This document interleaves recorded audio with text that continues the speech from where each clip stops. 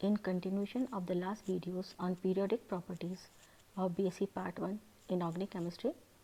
In this video, we are going to study about electron affinity. Metals have a tendency to lose electrons, whereas non-metals tend to gain electrons. Ionization is a measure of the energy changes at the time an electron is lost from an atom. However, for non-metals, it is preferable to study a property that relates directly to the energy changes when atom gains electron. This is electron affinity, which is defined as the amount of energy released when an electron is brought from infinite distance up to a neutral gaseous atom and absorbed by it and turning into an anion. Electronic affinity be represented by the halide atom in the gaseous form adds on an electron, converts into the halide ion and releases an amount of energy which is known as electron affinity. Now, if we consider the above equation in the reverse manner, that is, the halide ion in the gaseous form absorbs a certain amount of energy and gets converted into the neutral halide atom while releasing an electron. So, we see that the electron affinity of an atom is equal to the ionization energy of its uni-negative anion with sign reversed. Ionization energy and electron affinity are opposite to each other, whereas ionization energy is associated with the ionization process, that is losing of an electron. Electron affinity is associated with the addition process, that is gaining of an electron. Anions bearing more than one negative charge can frequently be seen to exist. Such anions can be formed only by accepting more than one electron. Hence, like ionization energy, various electron affinities must be differentiated in their definition. The energy change brought by the addition of the first electron to a neutral atom is called the electron affinity, first electron affinity E1. The energy released in making a binegative ion from the uni-negative ion is called as second electron affinity E2, and whereas the third electron affinity is associated with the converting of a binegative anion to trinegative anion by addition of a third electron. When a neutral atom accepts an electron, the added electron occupies the outermost shell and is repelled by all the electrons already present in it. The addition of an electron to a neutral atom gives the negatively charged ion, which has one more electron than there are protons in the nucleus. Hence, when another electron approaches this uni-negative ion, it also exerts a repulsive force, thus opposing further entry of the electron. Consequently, the effective nuclear charge of the uni-negative ion becomes lower than that of the neutral atom, and with each addition of the electron, the effective nuclear charge decreases. This explains why only the atoms having high effective nuclear charge spontaneously accept an electron, and the anions have little tendency to form binegative or polynegative anions. For example, 141.1 kilojoules per mole energy is released in the addition of an electron to oxygen atom, but 704.3 kilojoules per mole energy must be supplied to convert it into binegative anion. So, we see that oxygen releases an energy, but in going from the uni-negative to the binegative, it must be supplied with this much energy. So, if we consider both the equations, then we see the overall 563.2 kilojoules per mole energy has to be supplied in order for the oxygen atom to gain 2 electrons to form a binegative anion. In other words, 563.2 kilojoules per mole energy will have to be given for the formation of the oxide 2 minus. Similarly, addition of the first electron to sulfur atom releases 200.4 kilojoules per mole, while addition of the second electron requires 328.1 kilojoules per mole. Thus, formation of the S2 minus requires 127.7 kilojoules per mole. Clearly, the formation of these two ions is endothermic, hence they should be unfavorable. Still, why these anions are formed? This is because stability of a number of ionic oxides and sulfide is explained with the help of a lattice energy. With the increase in the ionic charge, the lattice energy increases by such a large amount that it is more than sufficient to overcome the effect of absorption of energy required for the formation of binegative or polynegative ions. Here it is necessary to discuss the sign of the electron affinity.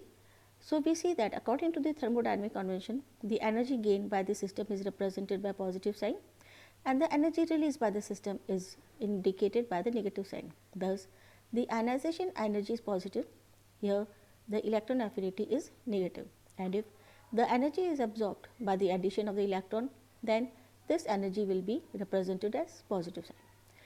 Now, it must be made clear that the electron affinity and electronegativity are two different terms, and we see that while electronegativity is the electron attracting power of the atom towards the bond pair of the molecule, the electron affinity is the energy change on addition of an electron to an isolated or non-bonded atom. Now, we come to the determination of electron affinity. The direct determination of electron affinity is very difficult, and experimental determination has been possible only for some halogens. Therefore, it is more commonly determined by indirect methods.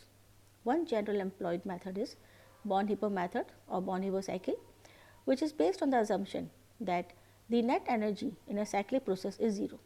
For this, formation of a salt from its elements is theoretically considered in different steps, and energy changes involved in each step is found out.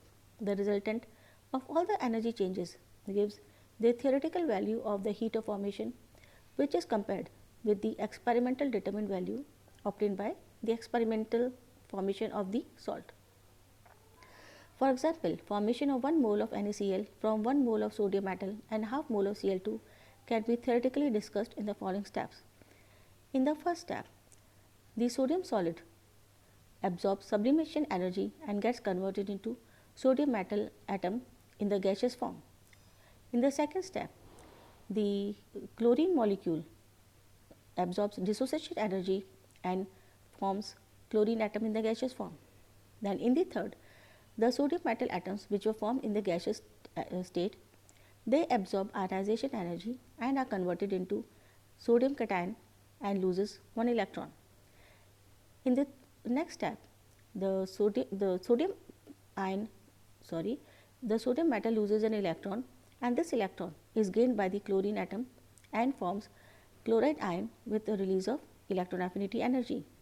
Next, we come to the formation of NaCl. Now, when the chloride and the sodium cation are formed, they combine each other to form the crystal, releasing energy called as lattice energy. Then we come to the calculation of heat of formation. The net energy released in the steps 1, 2 through 5 is the heat of formation, that is delta F of NaCl. So, delta F becomes equal to S minus S plus I plus D by 2 minus E minus U. Now, this S sublimation energy, ionization energy and D by 2 energy are to be supplied, whereas E and U are the energies which are evolved. So, they are with negative sign and they are with positive sign, and this D by 2 is because D is the dissociation energy of 2 moles of atoms, whereas D by 2 becomes the energy associated with the dissociation of 1 mole of chlorine atoms. Because we see that by dissociation of chlorine molecule, 2 moles of chlorine atoms are formed, and we need only 1 mole of chlorine atoms, as the dissociation energy is divided by 2 to get the dissociation energy of 1 mole of atoms. Delta F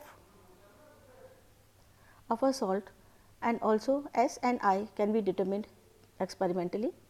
U can be calculated theoretically, and then the value of E, that is electron affinity, is determined. Thus, E is equal to S plus I plus D by half plus heat of formation minus lattice energy.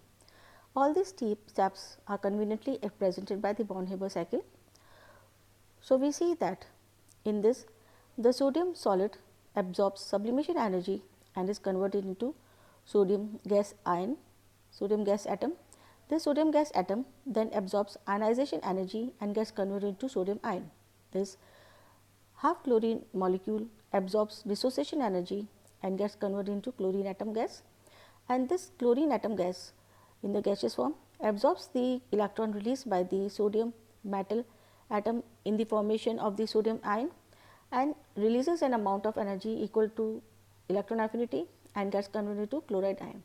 Now, the sodium cation and the chloride anion which are formed, they release lattice energy and form 1 mole of crystal. Now, this is the one method, the one process, and the second is the sodium metal in the solid state and the half molecule of the chlorine, they combine together to give NaCl, and this is known as heat of formation. So, these two can be equated and this HF will be equal to all the energies sum up together. Now, we consider the example.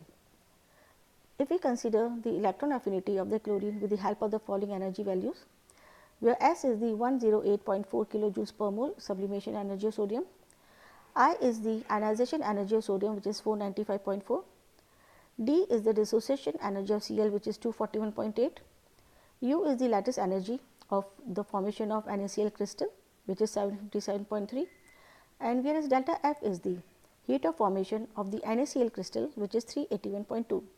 So, for calculating the value of E, the formula is E is equal to S plus I plus D by 2 plus delta F minus U.